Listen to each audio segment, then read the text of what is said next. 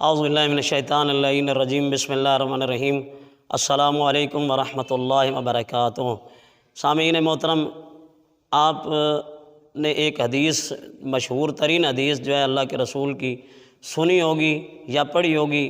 ممکن ہے، اور جو پاکستان کے منظور شدہ کورس اسلامیات کی کتاب میں بھی شامل ہے کہ اللہ کے نبی نے فرمایا کہ جس شخص نے اللہ کی خاطر کسی کو دیا یا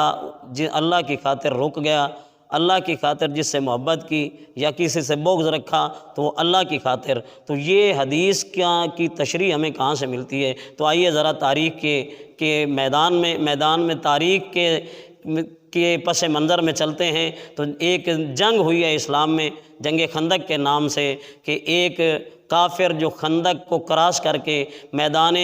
خندق میں آیا تھا، اور اس نے اللہ کے رسول کے سامنے للکار کے کہا تھا کہ تمہارے پاس کوئی اگر ایسا ہے تمہارے عقیدے کے مطابق، وہ آئے اور مجھے مار کر مجھے جہنم میں پہنچا دے یا مجھ سے قتل ہو کر جنت میں چلا جائے۔ تو اللہ کے نبی نے میدان میں حضرت علی علیہ السلام کو بھیجا، اور بھیجتے ہوئے ساتھ ایک سرٹیفکیٹ دے کر بھیجا، فرمایا بارز الایمان کلو الی الکفر کلے، آج کل کا کل ایمان کل کفر کے مقابلے میں جا رہا ہے۔ اور اس کے سامنے جا کر فرمایا کہ اے عامر ابن عبد ود،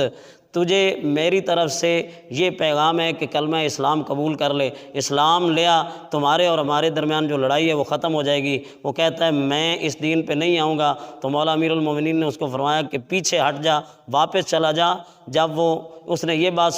سنی تو کہا کہ میں واپس چلا جاؤں، یہ اس لیے تاکہ اپنی 70-75 سالہ محنت کو ضائع کر دوں، تاکہ یہ مکے کی خواتین اور یہ بچے مجھ پر ہنسے اور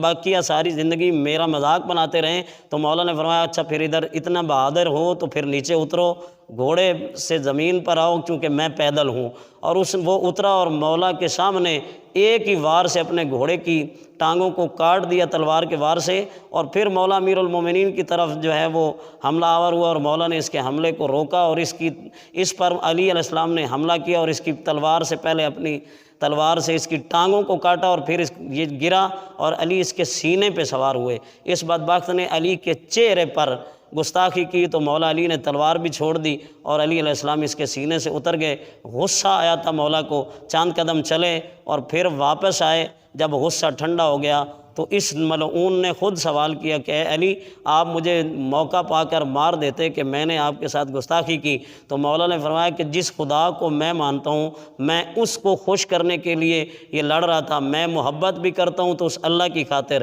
کسی سے بغض رکھتا ہوں تو اللہ کی خاطر، کسی کو کچھ دیتا ہوں تو وہ بھی اللہ کی خاطر، کسی کو کچھ نہیں دیتا تو وہ بھی اللہ کی خاطر۔ یہ اس حدیث کی تشریح، اور اس کافر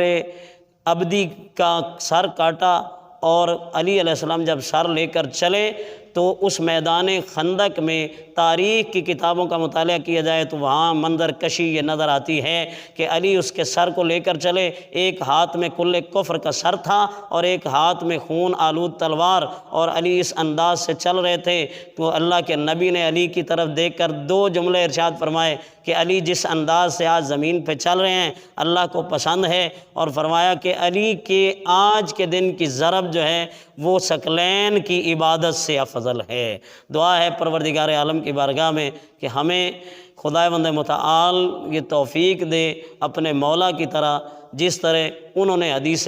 رسول کی روشنی میں محبت کا معیار اور ممانعت کا معیار اور عطا کرنے کا، بغض رکھنے کا معیار اللہ کی رضا کو رکھا ہے، ہمیں بھی اسی طرح اس معیار پر عمل کرنے کی توفیق عطا فرمائے۔ والسلام ورحمۃ اللہ وبرکاتہ۔